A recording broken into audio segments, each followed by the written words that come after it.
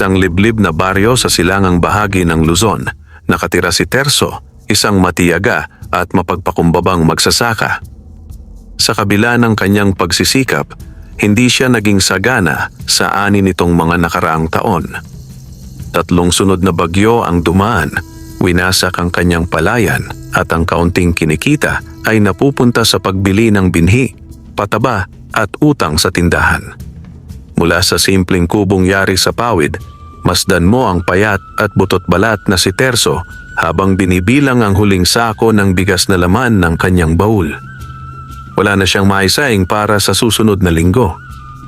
Ang kanyang asawang si Lina, matiyaga ring nagtatahi ng basahan sa palengke, ay halos di na makahanap ng suki.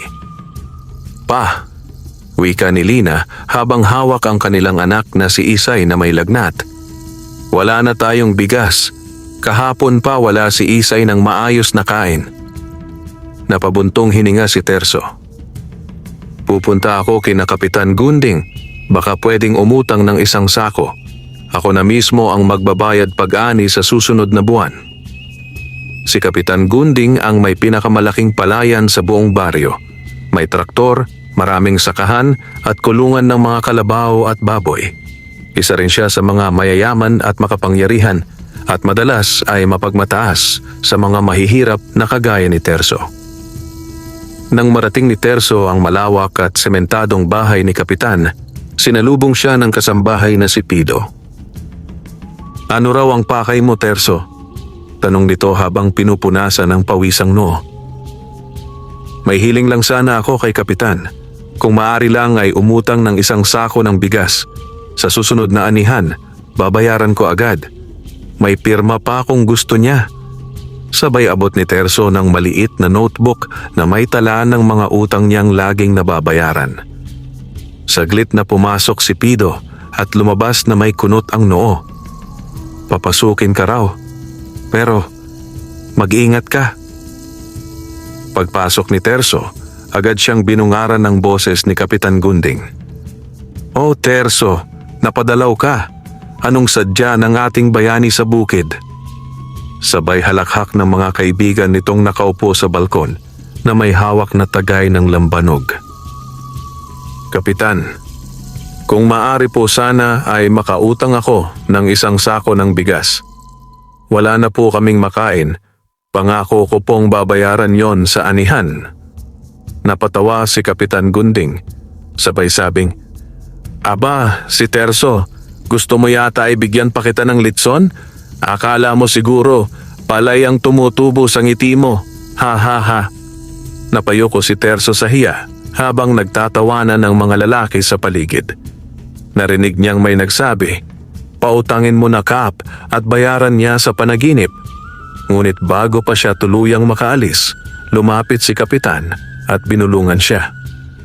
"Sige, pautangin kita. Pero may kondisyon. Sa 1 linggo, gusto kong linisin mo ang 3 ektaryang palayan ko. Lunes pa lang ay simulan mo na. Walang bayad, walang reklamo. Kapalit niyan, 1 sako ng bigas." Napakagatlabi si Terso. Alam niyang mabigat iyon. 1 linggong pagod, puyat, gutom. Pero para sa pamilya, kailangan niyang tanggapin. Pagka-uwi sa bahay, yakap ni Lina si Terso. "Kahit papaano, may aasahan tayong kanin." Ngunit sa likod ng bahay, sa pinakagilid ng palayan ni Terso, may isang lumang punso na biglang umilaw sa dilim. Mula roon, may matang tila nagmamasid sa kaawa-awang magsasaka. Isang matandang duwende ang tahimik na sumusubaybay sa bawat yapak ni Terso. At sa unang beses, nagsalita ito sa hangin. "Hindi na yata makatarungan ang nangyayari sa iyo, magsasaka. Ang oras mo'y dumarating." Kinabukasan, maagang bumangon si Terso. Hindi pa man sumisikat ng husto ang araw, hawak na niya ang gulok at kalaykay. Nilisan niya ang kanyang palayan patungo sa malawak na lupain ni Kapitan Gunding upang simulan ang trabahong ipinangako kapalit ng 1 sako ng bigas. Mabigat ang bawat hakbang, hindi dahil sa pagod kundi sa sama ng loob. Habang siya'y naglilinis ng pilapil at nag-aalis ng mga damo sa gitna ng banas, napansin niyang tila nanlilimahid na ang kanyang mga palad sa kalyo. Pawis na siya at tuyo na ang lalamunan, subalit wala pang 10:10 ng umaga.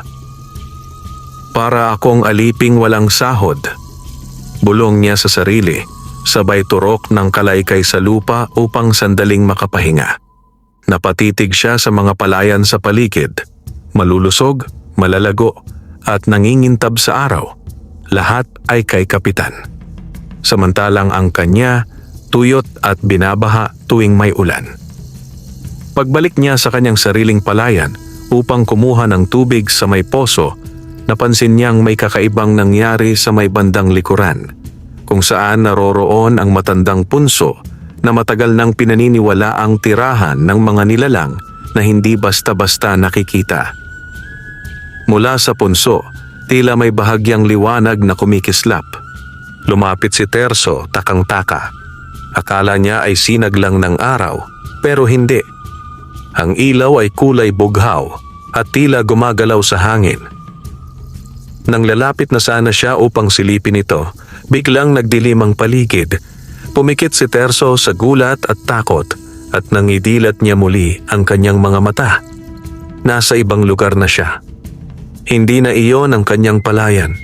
Sa halip, siya ay nasa gitna ng isang makulay na kagubatan, kung saan ang mga puno'y kakulay ng ginto at ang hangin ay malamig ngunit mabango. Isang nilalang ang unti-unting lumitaw sa kanyang harapan.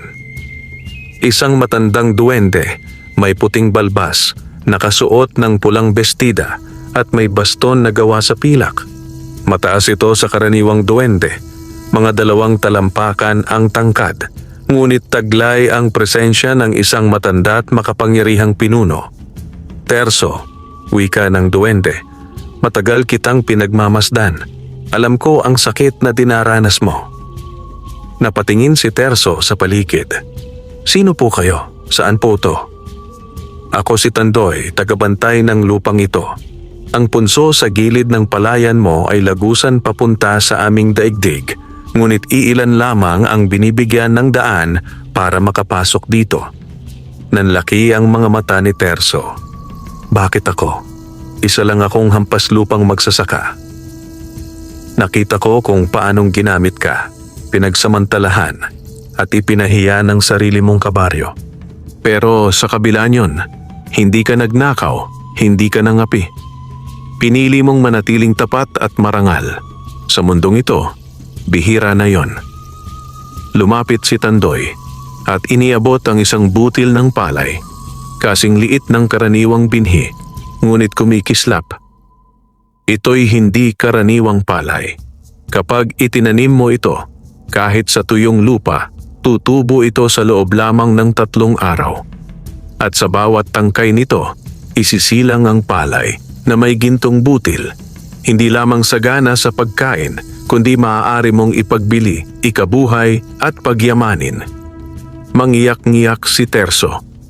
Hindi ko po alam kung totoo ito, pero salamat po. Gagawin ko ang lahat. Basta't hindi ko lang po pababayaan ng pamilya ko.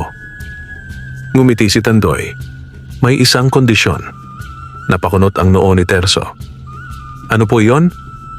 Hindi mo ito maaaring gamitin para sa pansariling kayabangan. Kapag ginamit mo ito upang ipaghiganti ang sarili mo o upang tapatan ang mga mapagmataas, mawawala ang bisa ng palay at maglalaho ang biyaya. Kailangan mong manatiling mapagpakumbaba. Tumango si Terso. Opo, pangako po. Hindi po ako magbabago. Biglang umihip ang malamig na hangin. Nagdilim ang paligid. At paggising ni Terso, naroon na siyang muli sa harap ng punso, hawak sa palad ang isang maliit na kumikislap na butil ng palay. Hindi na niya inaksaya ang panahon. Kinabukasan, hinanda niya ang isang bahagi ng kanyang bakanting lupa. Hinukay ito, nilinis, at doon niya itinanim ang mahiwagang binhi. 3 araw. 3 araw ang kanyang hihintayin. Sa pagitan ng pagod sa palayan ni Kapitan at pag-aalaga sa may sakit niyang anak, Lihim na umaasa si Terso sa isang himala na sana totoo nga ang duwende. Sa paglipas ng unang gabi matapos itanim ni Terso ang mahiwagang binhi mula kay Tandoy, hindi siya mapakali. Paulit-ulit siyang sumilip sa lupang tinaniman kahit 10 oras ng gabi. Para sa kanya, parang pangarap lamang ang lahat. Ang punso, ang kakaibang liwanag, at higit sa lahat, ang duwendeng si Tandoy. Kinabukasan, gumising siya ng mas maaga sa dati. Tumakbo siya agad sa likod ng bahay kung saan niya ibinaon ang binhi. Nabigla siya sa kanyang nasaksihan. May maliit na tangkay na sumisibol, berde at matatag kahit wala pang tubig na ibinuhos. Diyos ko, totoo nga. Usal ni Terso habang kinikiskis ang mga mata. Lumuhod siya sa lupa at buong ingat na hinaplos ang usbong. Hindi ito tulad ng karaniwang palay. May tila gintong sinag sa gilid ng mga dahon nito. Buong araw ay tila ba lumalakas ang kanyang katawan sa bawat sandaling lumilingon siya sa halamang iyon. Sa kabila ng mabigat na trabaho sa bukirin ni Kapitan Gunding, dala-dala niya ang pag-asa at lihim na saya. Tuwing gabi, binabantayan niya ang kanyang tanim. Sinisigurong walang hayop o tao ang makalapit dito. Pangatlong araw. Maagang gumising si Terso at halos hindi makapaniwala sa kanyang nakita. Ang maliit na tangkay ay naging ganap na halaman. Mataas ito, malago at puno ng butil na kulay ginto ang hugis. Napaluhod siya sa tuwa at halos hindi makahinga sa galak. Sa bawat tangkay, may butil ng palay na kumikislap na parang tunay na ginto. Agad siyang kumuha ng isang bungkos at dinala sa loob ng bahay. Tinawag niya si Lina. Lina, tingnan mo ito. Napanganga si Lina. Ano ito, Terso? Ang palay. Parang ginto. Oh, mula ito sa duwendeng nakatira sa punso. Pinagkalooban niya ako ng binhing mahiwaga. 3 araw lang. At ito na. Ito na ang sagot sa ating kahirapan. Ngunit bago pa siya magtagumpay, kailangan niya itong ipag-iik at ibenta. Nagpunta siya kina Mang Domeng, ang matandang tagagiling ng palay sa kabilang baryo. Pagdating doon, inabot niya ang ilang bungkos ng gintong palay. Hindi ako nakakita ng ganitong uri ng palay, sabi ni Mang Domeng habang pinapaikot sa palad ang butil. Pero sige, giikin ko. Tapos subukan natin iluto kung kanin talaga ang labas. Pagkalipas ng ilang oras, bumalik si Terso upang kunin ang giniling. Nang matikman niya ang kanin, nabigla siya. Hindi lang masarap, tila may kakaibang lakas at sigla na dumarampi sa katawan sa bawat subo. Parang, di lang ito pagkain, parang may bisa, sabi ni Lina matapos tikman din. Nagpasya si Terso na ipagbili ang kaunting bahagi ng palay. Sa palengke, inilabas niya ang isang supot ng bagong giling na bigas. Nilapitan siya agad ng ilang mamimili. Ano to? Bakit ganyan kaputi at parang kumikislap? Tanong ng isang matandang babae. Bago pong bigas, galing sa sarili kong tanim, sagot ni Terso. Sinubukan ng ilang tao at pagkalipas lamang ng ilang minuto, dumami na ang gustong bumili. Halos maubos agad ang kanyang dala. Kinabukasan, muling bumalik ang mga tao naghahanap ng bigas ni Terso. Dito na nagsimulang lumaganap ang usapan sa buong baryo. May kakaibang palay si Terso at tila hindi ito ordinaryo. Hindi naglaon, kinausap siya ni Aling Charing, ang matandang tindera sa palengke. Terso, gusto kong bilhin ang buong ani mo. Magkano man, kayang-kaya ko. Ngunit tumanggi si Terso. Hindi po ito para ipagkakait sa iba. Gusto kong makatulong rin sa mga kagaya naming hindi makabili ng mahal na bigas. Muling nakita ni Lina ang liwanag sa mata ng kanyang asawa. Hindi na siya ang payat at bugbog na magsasakang laging humihingi ng tulong. Sa unang pagkakataon, si Terso ay may pag-asa. Hindi lang para sa kanyang pamilya, kundi para rin sa komunidad. Ngunit sa kabilang dako ng baryo, isang taong hindi natuwa sa biglaang pag-usbong ni Terso. Si Kapitan Gunding. Sa kanyang malawak na balkonahe, may hawak siyang tasa ng kapeng mainit at nakatitig sa lumang lupa ni Terso, kung saan ngayon ay may makukulay na pananim na tila umaakit ng mga ibon at paru-paro. Hindi pwedeng hayaan kung yumaman ang taong yon. Hindi sa kanya ang tagumpay sa baryong ito. Sa akin iyon. Ako ang hari dito. Napapikit siya at kinuyom ang kanyang kamao. Alamin ko kung anong klaseng hiwaga ang meron siya. At kung kailangan, kukunin ko ito para sa akin. Isang linggo lamang ang lumipas mula nang magsimulang ipagbili ni Terso ang kanyang mahiwagang bigas. At ang dating binabaliwalang magsasaka ay bigla na lamang naging usap-usapan sa buong baryo. Sa palengke, siya na ang hinahanap ng mga mamimili. Sa mga kainan, ang kanin niya na ang gustong ihain. Sa simbahan, dasal ng ilan ay sana'y matulungan sila ni Terso gaya ng pagtulong niya sa ibang naghihirap. Ngunit sa malaking bahay ni Kapitan Gunding, ang ganitong balita ay tila tinik sa lalamunan. Ano raw? Si Terso, yumayaman, sinasamba ng mga tao? Sigaw ni Kapitan habang binabato ang tasa ng kape sa sementadong sahig. Kape, baka ho may alaga siyang anting-anting o engkanto.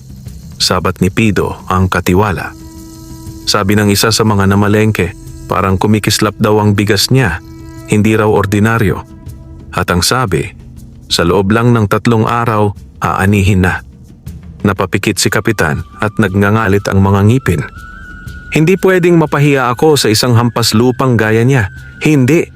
Sa akin umaasa ang baryong ito. Ako ang nagpapakain, nagbibigay ng ayuda, nagbibigay ng trabaho. Ngayon po, Kap, kay Terso na sila umaasa. Dagdag ni Pido na tila nagsisisi agad sa kanyang sinabi.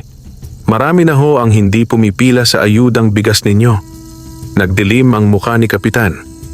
Tumayo siya at naglakad paikot ng kanyang salas, tila may binubuong plano sa isipan. Kailangan kong malaman kung saan galing ang bigas niya.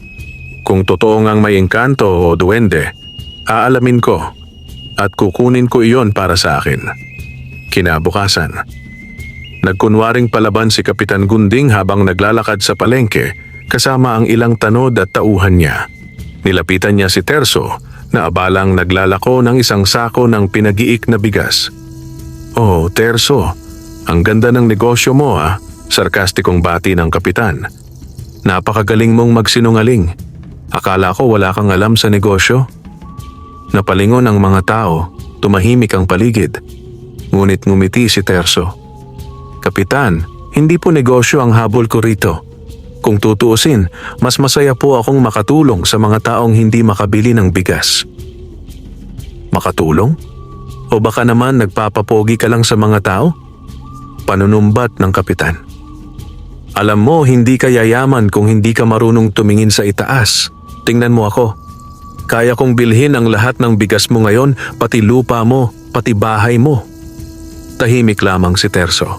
Hindi niya sinagot ang Kapitan, bagkus ay iniabot ang sukli sa isang matandang babaeng bumili ng kalahating kilo ng bigas. Lumapit si Kapitan at ibinulong, "Hindi mo ako dapat binabastos. Ako ang dahilan kung bakit ka nakatayo pa.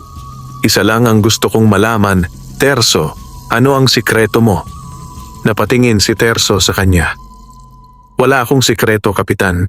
Kung may meron man, iyon ay pananalig, pagtitiis, at pagkakaroon ng malasakit sa kapwa." Nanggigil si Kapitan. "Hindi mo ako maloloko. Malalaman ko rin ang totoo." Kinagabihan, sa gitna ng dilim, palihim na nagtungo si Pido sa likod ng bahay ni Terso. Bitbit niya ang utos ng Kapitan. "Alamin mo kung anong uri ng tanim meron siya. Kung merong engkanto, alamin mo kung saan." Tahimik ang paligid. Dinig ang huni ng mga kuliglig. May bahagyang liwanag sa paligid ng punso, na ngayoy may paligid na halaman na tila ginto ang kulay. Napanganga si Pido. Ito na nga yata ang sinasabi ng mga tao. Biglang may malamig na hangin na humampas sa kanyang batok. Napalingon siya pero walang tao. Nang muling lumapit sa punso, isang boses ang narinig niya mula sa hangin. Hindi lahat ng kayamanang nakikita ay para sa mga sakim. Napasigaw si Pido at natapilok pabalik sa kakahuyan. Tumakbo siya pauwi, takot na takot. Kinabukasan, nagising si Terso sa isang sigaw mula sa labas ng kanyang bahay. Pagbukas niya ng pinto, nakita niyang nakahandusay si Pido sa damuhan, nanginginig sa takot, may mga sugat sa tuhod at braso. "Anong nangyari sa iyo?" tanong ni Terso habang tinutulungan itong bumangon. May boses mula sa punso. "Akala ko multo na." Nanginginig ang boses ni Pido.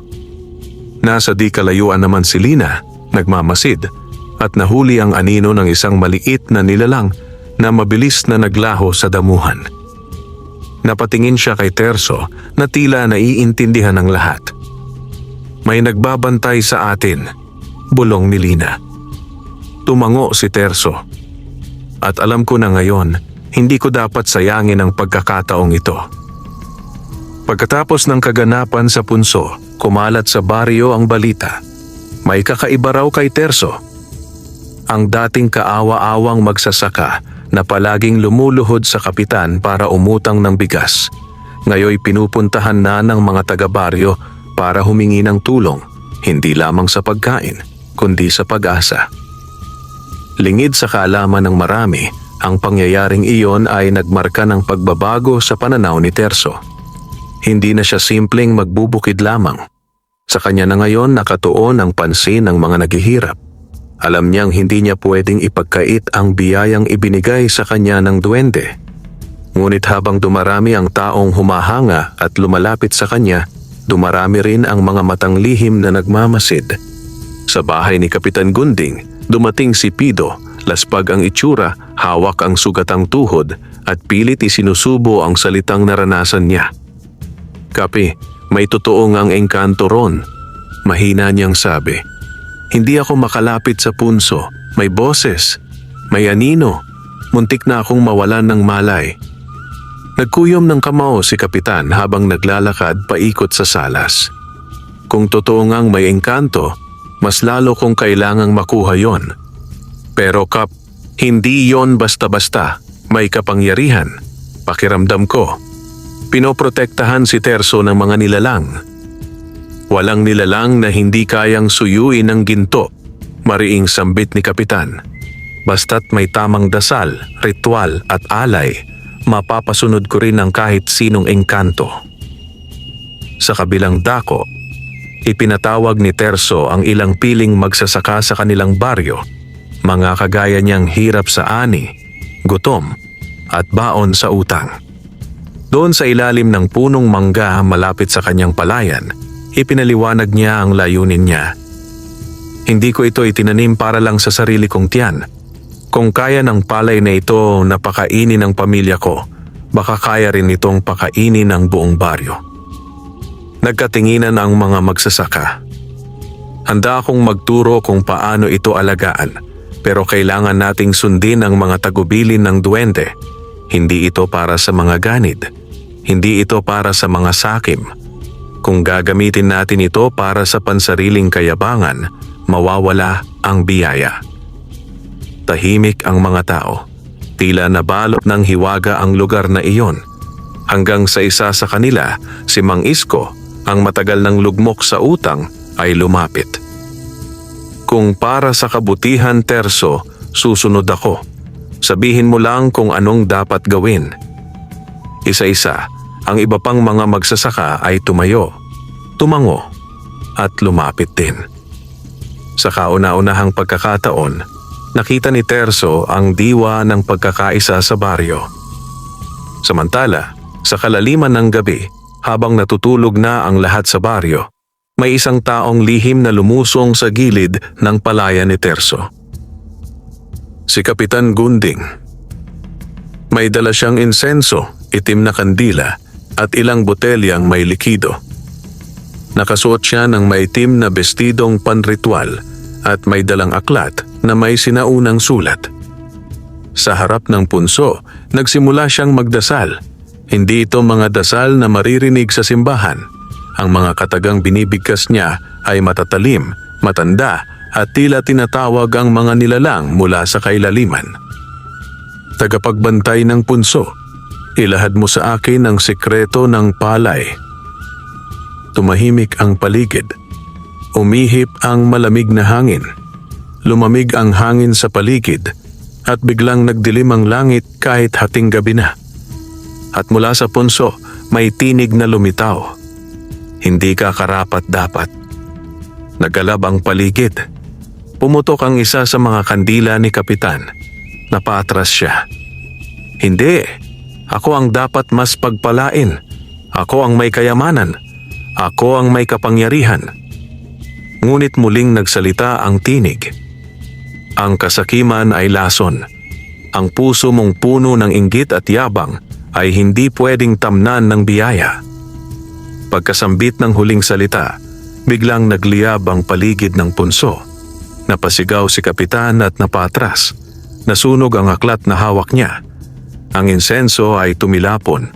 Tumakbo siya, pilit nilalabanan ng takot na bumalot sa kanya. Kinabukasan, balitang-balita sa buong baryo ang nakita ng ilang tao. May sunog sa damuhan malapit sa punso ni Terso.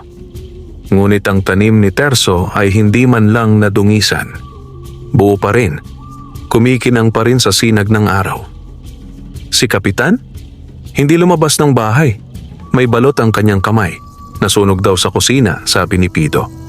Pero ang totoo, hindi na siya makatingin ng diretso sa mata ng mga tao. Wala na ang kanyang yabang. Hindi niya rin kayang banggitin ang pangalan ni Terso. At sa gitna ng lahat ng ito, patuloy pa rin si Terso sa pagtatanim ng mahiwagang palay. Hindi lang sa kanyang lupa, kundi sa mga lupain din ng iba. At sa bawat pagtubo ng gintong palay, lumalago rin ang pagkakaisa at pagmamalasakit sa baryo. Makalipas ang ilang linggo, tila ba unti-unting nabuhay muli ang baryong dati natutuyuan ng pag-asa. Sa pamumuno ni Terso, maraming magsasaka ang natuto sa tamang paraan ng pagtatanim ng mahiwagang palay. Sa kabila ng kahirapan, muli nilang natikman ang sarap ng kanin na hindi tinipid at ang pakiramdam na hindi na sila ginugutom ng kapalaran. Ang dating lupang tigang ay unti-unting naging luntian. Parang himala, ang bawat binhi ng mahiwagang palay na itinuro ni Terso ay tumutubo kahit sa tuyong lupa. At sa bawat ani, hindi lang pagkain ang kanilang nakukuha, kundi ginto, literal at simboliko. Ngunit habang abala ang mga tao sa bagong pag-asa, may isang pangyayaring muling yumanig sa baryo. Isang gabi ng malakas na ulan. Umalingaw-ngaw ang kulog. Ang kidlat ay tila umaapoy sa langit. Hangin na tila humahagupit ng latigo ang yumugyog sa mga bubong. Ang ulan, tila may puot, ay bumuhos ng walang humpay sa buong baryo. Sa di kalayuan mula sa palayan ni Terso, narinig ang mga sigaw. Tulong! Tumataas ang tubig! Nabubuwal ang mga pilapil. Nagising si Terso sa mga sigawan. Agad siyang bumangon. Isinuksok ang sombrero at tumakbo patungo sa bukid kahit putik na ang daanan. Pagdating niya sa gilid ng kanyang palayan, nakita niya ang rumaragasang tubig mula sa itaas ng bundok. Ang kanal na nagsisilbing agos ng tubig ay tila pinuno ng putik at bato.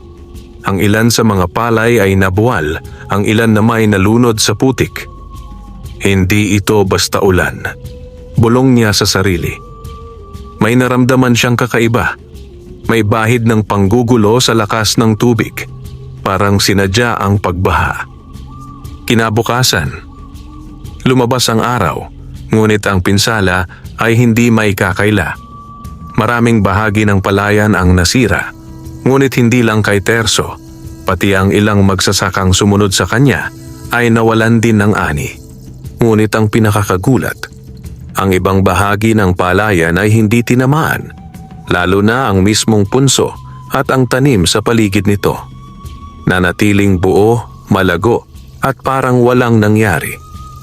Mahiwaga talaga itong punso, bulong ni Mang Isko. Pinoprotektahan tayo ng duwende. Pero bakit binaha pa rin ang iba? Tanong ni Aling Sabel. Kung gusto tayong tulungan ng engkanto, bakit may nasira pa? Napaisip si Terso. Baka may aral na gustong ipahiwatig. Samantala, sa kabilang baryo, may isang grupong kalalakihan na nakasuot ng itim ang nagkakape sa isang lumang kubo. Isa sa kanila ay si Maximo, kilalang leader ng isang samahang lihim na gumagalaw sa gabi. Nagpapanggap ng mga negosyante, ngunit kilala sa pagpapalaganap ng paninira sa mga magsasakang lumalaban sa sistemang mayayaman lang ang nakikinabang. Nabalitaan mo? Tanong ng isa.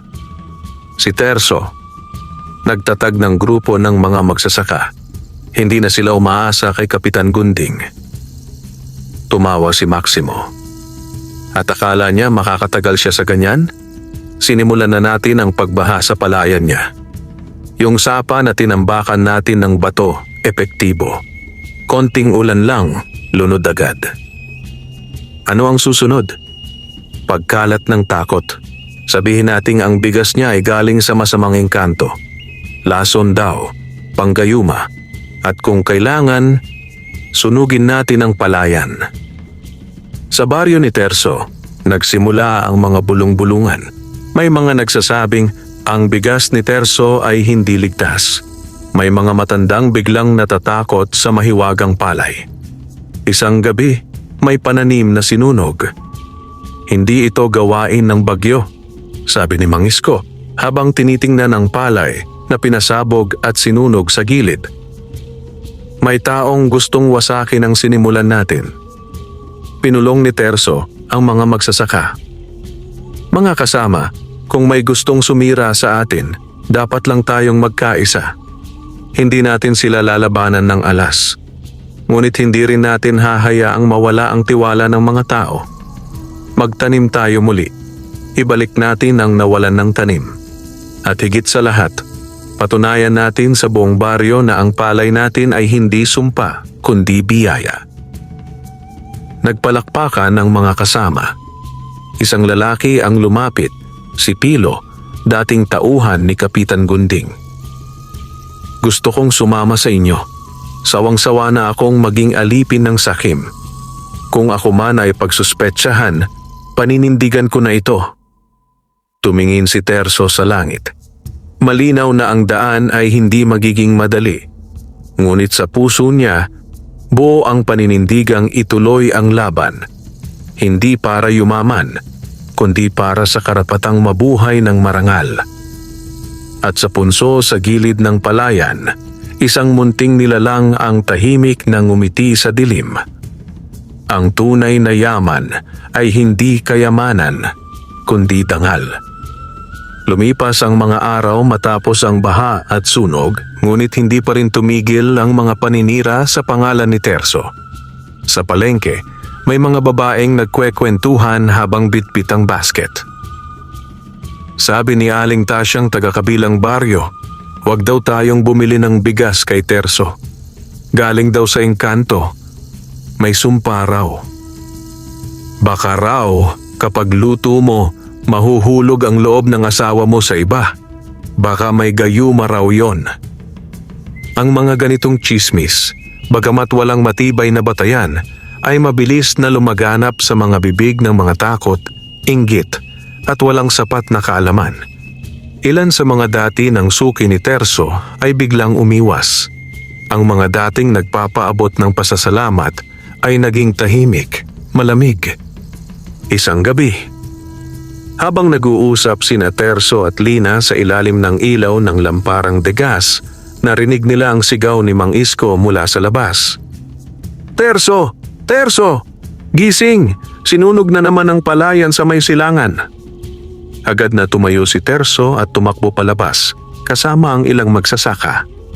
Ang pananim ni Mang Pilo, na kamakailan lamang ay nagsimulang tumubo, ay sinunog na parang sinadyang niligyan ng gasolina. May mga yapak, Terso, sabi ni Pilo habang tinuturo ang mga bakas ng tsinelas. Ito'y gawa ng tao, hindi ng kalikasan. Naganggit-ngit ang mga kasama ni Terso, ngunit pinakalma niya ang mga ito. Hindi tayo papatol sa dahas, mariin niyang wika. Ang laban natin ay hindi patayan, kundi katotohanan. Kinabukasan, nagdesisyon si Terso na humarap sa buong baryo. Sa plaza, pinatawag niya ang mga magsasaka, kababaihan, at kahit ang mga matandang dating naninira sa kanya. Mga kabaryo, panimula niya. Alam kong may mga bali-balita tungkol sa bigas na itinuturing ninyong mahiwaga. Alam kong may natatakot, may nag-aalinlangan. Pero hinding-hindi ko ilalagay sa panganib ang ating mga anak at pamilya kung ito ay masama. Ang palay na ito ay ibinigay sa akin, oo, ng isang nilalang, isang duwende. Hindi siya masama, kundi tagapagbantay ng lupang ito. Isa siyang alagad ng kalikasan at gusto lamang niya ay mabigyan tayo ng pagkakataong mabuhay ng may dangal. Tahimik ang mga tao, walang umimik hanggang may sumigaw sa likuran. Walang kwentang dahilan yan, paniniwala sa duwende, wala kang mapapala riyan. Sigaw ni Maximo na ngayon ay hayagan ng humarap. Siya ang nagsunog ng palayan ni Pilo. Sigaw ni Mang Isko. Ako ang nakakita sa kanya noong isang gabi. May dala pa siyang bote ng gas. Kasabwat siya ni Kapitan Gunding, dagdag ng isa. Sila ang nagpapakalat ng takot. Nagkagulo ang plaza. Nagsisigawan ang mga tao. Mabilis na dinakip ng mga tanod si Maximo na nagpakilalang lider umano ng samahan ng tunay na kaunlaran. Pero ang tunay nilang layunin ay sirain ang sinumang sumusubok baguhin ang sistemang mayayaman lang ang namumuno. Sa bahay ni Kapitan Gunding, dumating ang ilang barangay officials upang mag-imbestiga. Isa-isa nang lumalabas ang ebidensya, ang tambak ng mga bato sa sapa na naging sanhi ng pagbaha, ang sinadyang pagkakalat ng tsismis, at ang pagsuhol sa ilang taong bayan upang huwag suportahan si Terso. Habang isinasampa ang reklamo, tahimik lang si Kapitan, ngunit hindi siya makatingin sa mata ng sinuman. Sa kauna-unahang pagkakataon, wala siyang masabi. Ang dating makapangyarihan, ngayoy nabubulid sa kahihiyan. Makalipas ang ilang araw, bumalik ang sigla sa baryo. Isinaayos muli ang mga kanal, tinulungang magtanim muli ang mga nasiraan at ang pinakamahalaga, bumalik ang tiwala ng mga tao kay Terso. Dumating rin si Tandoy, ang duwende, sa panaginip ni Terso. Nagtagumpay ka, magsasaka. Pinili mong maging matuwid sa gitna ng paninira. Hindi kita iniwan. At hindi ka rin iiwan ng biyayang ito hanggat pinipili mong maging tapat. Maraming salamat, Tandoy, sagot ni Terso. Hindi lang pala kayamanan ang tunay na yaman, kundi ang pagkakaisa at tiwala ng kapwa. Lumipas ang mga linggo matapos ang paglantad ng mga kalaban at muling nanumbalik ang katahimikan sa baryo. Ngunit hindi na ito ang dating baryo. Isa na itong komunidad na mulat, matatag, at marunong ng tumindig para sa sarili nilang kapakanan. Ang mga palaya ni Terso at ng kanyang mga kasamang magsasaka ay muling namukadkad. Lalong gumanda ang ani dahil sa patuloy na paggabay ni Tandoy, ang duwende ng punso. Sa bawat umaga, tila may mahiwagang sigla sa mga tanim. Mabilis tumubo, lunti ang luntian, at may gintong butil ang ilang sanga. Hindi ba yan ang palay ni Terso? Bulalas ng isang tindera sa palengke habang pinagmamasda ng puting bigas na may bakas ng tila ginto. Oo, at tingnan mo, kahit isang tasa lang, nakakabusog na parang 3 tasa. Walang halong kemikal, walang puting usok sa niluluto. Malambot at mabango. Hindi naglaon, dumagsa ang mga bumibili. Mula sa karatig baryo, may mga bagong magsasakang gustong matuto ng pamamaraan ni Terso. Isang grupo ng mga kabataan mula sa lungsod ang bumisita rin, dala ang kamera at panulat, mga mananaliksik na nais idokumento ang kwento ng mahiwagang palay. Ang tunay na revolusyon ay nagsisimula sa kanin. Biro ni Mang Isko sabay tawa habang kumakain sa ilalim ng punong mangga kasama sina Terso, Lina at iba pang magsasaka. Hindi biro yan, sagot ni Lina. Kapag may laman ang tiyan ng tao, may lakas siyang lumaban sa kasinungalingan. Dahil sa kagandahan ng ani, nakapag-ipon ng sapat na salapi si Terso at ang kanyang samahan upang makapagtayo ng kooperatiba ng mga magsasaka. Tinawag nila itong Samahan ng Palay na May Dangal. Dito, sinimulan nilang bilhin ang produkto ng mga kasamahan at ibenta sa makatuwirang presyo. Wala nang gitnang taong sumasakal sa halaga. Wala nang utang na may patong-patong na tubo. Ang kooperatiba rin ang nagbigay ng puhunan sa mga bagong nais magsimula sa pagtatanim. Naging modelo ito ng maraming baryo. Isang araw, bumisita ang bagong talagang opisyal ng barangay, si Ginoong Teofilo, isang dating guro. Binabati kita, Terso, hindi lang para sa tagumpay mo bilang magsasaka, kundi bilang leader. Nais ka naming imungkahi na maging bagong kagawad. Nagulat si Terso. Hindi niya inasahang magkakaroon siya ng papel sa pamahalaan. Ngunit mariin ang sagot niya. Hindi ko kailangan ng titulo para tumulong. Mas mahalaga ang pagsisilbi sa abot ng kakayahan, kahit walang kapalit. Napatango si G. Teofilo. Kung lahat ng tulad mo ay may ganyang paninindigan, malayo ang mararating ng bayan natin. Samantala, sa punso ng palayan, tahimik na pinagmamasdan ni Tandoy ang bagong sigla ng paligid. Wala na ang takot. Wala na ang inggit. Ang dating daing ng gutom, napalitan ng tawanan ng mga batang naglalaro sa damuhan habang ang kanilang mga magulang ay nagtatanim. Sa wakas, wika ni Tandoy sa sarili, ang palay ay naging daan ng pagkakaisa, hindi kasakiman. Ang ginto ay hindi lamang mula sa lupa, kundi sa puso ng mga taong marunong magbahagi. Sa bahay kubo ni Terso, "Pa," wika ni Lina, "hindi na ako aalis para magtrabaho sa syudad. Mas gusto ko nang tumulong sa pagtatanim." Napangiti si Terso. Iyan ang pinakagintong ani sa lahat. Ang manatili ka dito sa lupa kung saan ka isinilang at mamuhay ng may dangal. Nagyakapan silang mag-ama habang sa di kalayuan, isang bahaghari ang lumitaw sa ulap, tila sagisag ng bagong pag-asa na pinagbunga ng pagkakaisa, tiyaga at kabutihan ng puso. Isang hapon, habang abala si Terso sa pagtatanim sa gilid ng palayan, napansin niyang kumikislap ang paligid ng punso sa gitna ng kanyang lupa. Isang liwanag ang lumalabas mula sa loob nito at tila isang awit ang sumasabay sa hangin, mababa ngunit malinaw, parang mga himig ng kalikasan na noon lang niya narinig ng ganoon katindi. Naglakad siya papalapit sa punso. Sa bawat hakbang ay parang nawawala ang bigat sa kanyang balikat, tila pinapawi ang lahat ng hirap ng nakaraan. Sa paglapit, biglang lumitaw si Tandoy, nakasuot ng gintong balabal at may hawak na tungkod na yari sa pilak at jade.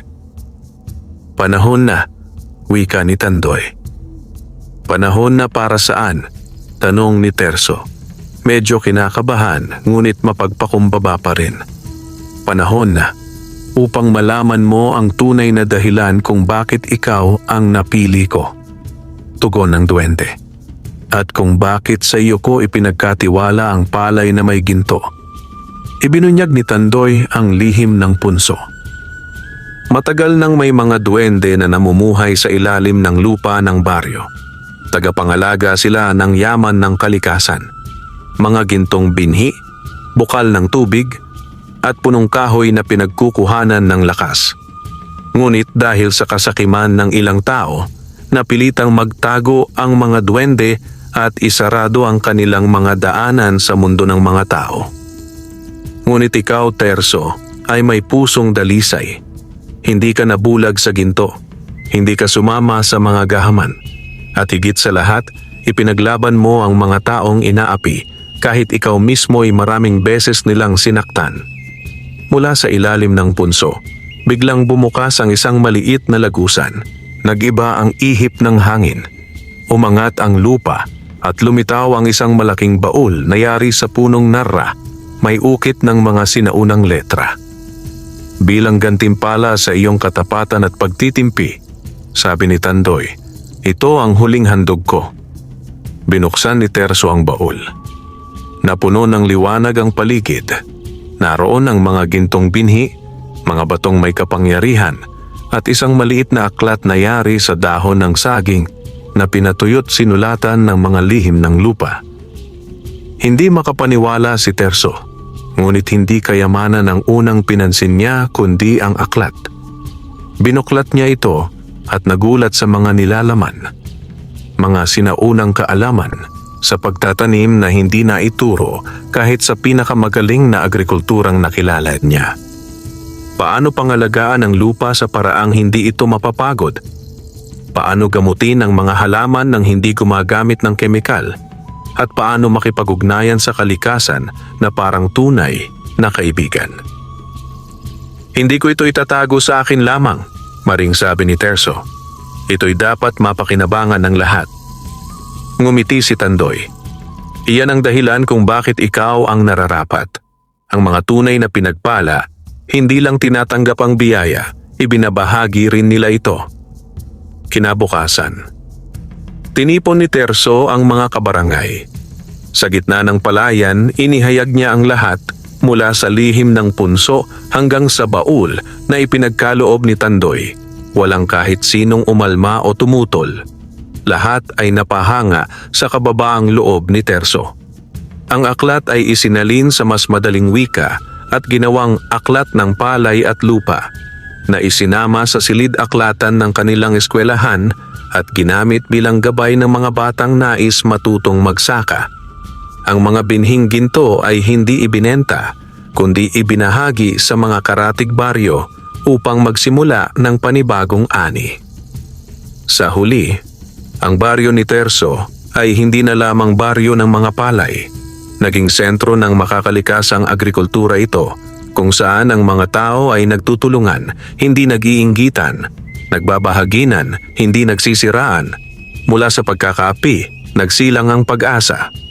Mula sa kahirapan, namunga ang ginto, hindi lang sa anyo ng yaman, kundi sa anyo ng kaalaman, kabutihan, at pagkakaisa.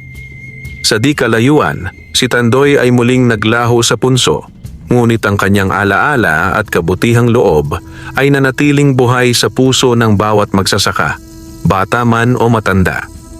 Lumipas ang ilang buwan, ang dating baryo ng kahirapan at inggitan ay naging isang modelong pamayanan na binibisita ng mga mag-aaral, alagad ng pamahalaan, at mga dayuhang nais matuto ng lihim ng kanilang tagumpay. Hindi na lamang ito isang baryo ng mga magsasaka. Ito'y naging simbolo ng pagbabago, pagkakaisa, at tagumpay ng puso laban sa kasamaan. Isang araw ng tag-araw, sa gitna ng anihan. Nasa gitna ng palayan si Terso, kasama ang kanyang anak na si Lina. Ang araw ay mataas sa langit, ngunit malamig ang hangin. Tila inihuhuni ng kalikasan ang isang awit ng pasasalamat.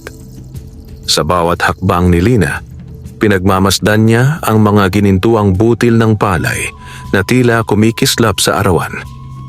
Pa, wika ni Lina. Naisip ko, paano kung gawin nating mas malawak pa ang proyekto natin? Turuan natin ang iba pang lalawigan na may parehong suliranin. Napangiti si Terso. Iyan nga ang nais ko sanang sabihin sa iyo. Panahon na upang ipamana ko sa iyo ang lahat ng nalaman ko. Ang aklat, ang ugnayan sa kalikasan, ang tiwala ng mga tao. Bumuo sila ng isang sentro ng pagsasanay. Tinawag itong paaralan ng palay at puso. Hindi lamang ito nagtuturo ng makabagong agrikultura kundi ng mga halaga, tiyaga, pakikisama, pangangalaga sa kalikasan at pananalig sa sarili. Sa unang taon ng paaralan, higit 300 kabataan mula sa iba't ibang bahagi ng rehiyon ang dumalo. Bawat isa ay binigyan ng bahagi ng lupa, binhing ginto, at kasanayang tumugon hindi lang sa tanim kundi pati sa pangangailangan ng lipunan. Samantala, ang punso sa gitna ng palayan ay tuluyang isinara ni Tandoy, ngunit isang bato ang naiwan sa ibabaw nito. May ukit na kataga. Ang ginto ng lupa ay di nasusukat sa yaman, kundi sa kabutihang loob ng nagbubungkal nito. Ipinatayo ni Lina at ng mga taga-baryo ang isang maliit na bantayog sa tabi ng punso, hindi para sambahin, kundi upang alalahanin ang araw na ang isang mababang loob na magsasaka ay nagbago ng kapalaran ng buong komunidad. Sa pinakahuling araw ng taon, ginanap ang isang pista sa baryo. Iba na ang sayawan, hindi na ito paligsahan ng pagandahan, kundi pagdiriwang ng sama-samang tagumpay. Hindi na palakasan ng yaman, kundi palakasan ng puso. May mga paligsahan sa pagtatanim, kantahan tungkol sa lupa, at dula-dulaan ng kasaysayan ng baryo. Terso, bagamat mas piniling huwag tumanggap ng posisyon sa pamahalaan, ay naging tagapayo ng maraming leader mula sa iba't ibang barangay. Nang sumapit ang gabi, sa ilalim ng malamig na buwan, naupo si Terso sa harap ng kanyang bahay kubo. Hawak niya ang lumang itak, ang unang gamit niya noong siya'y binata pa, noong siya'y pinagtatawanan pa ng kanyang mga kabaryo. Sa tabi niya, si Lina at ilang bata mula sa baryo. "Bakit luma pa rin ang gamit mong itak pa?" tanong ng isang batang lalaki. Ngumiti si Terso. "Dahil ito ang nagpapaalala sa akin kung saan ako nagsimula. Lahat ng luma kung pinaghirapan may kwento, at ang kwento, anak, ay mas mahalaga pa sa ginto." At sa kanyang mga mata, hindi lang tanawin ng palayan ang natanaw, kundi kinabukasan. Isang kinabukasang nakaugat sa lupa, ngunit lumilipad sa pag-asa. Sa ilalim ng bituin, ang baryo ay tulog na, payapa, ngunit gising ang diwa ng pagkakaisa at kabutihang walang hanggan. Ito ang pamana ng palay. Ito ang pamana ni Terso. Ito ang pamana ng duwende sa punso. At ito ang simula ng bagong kwento para sa bawat batang magsasaka. Wakas,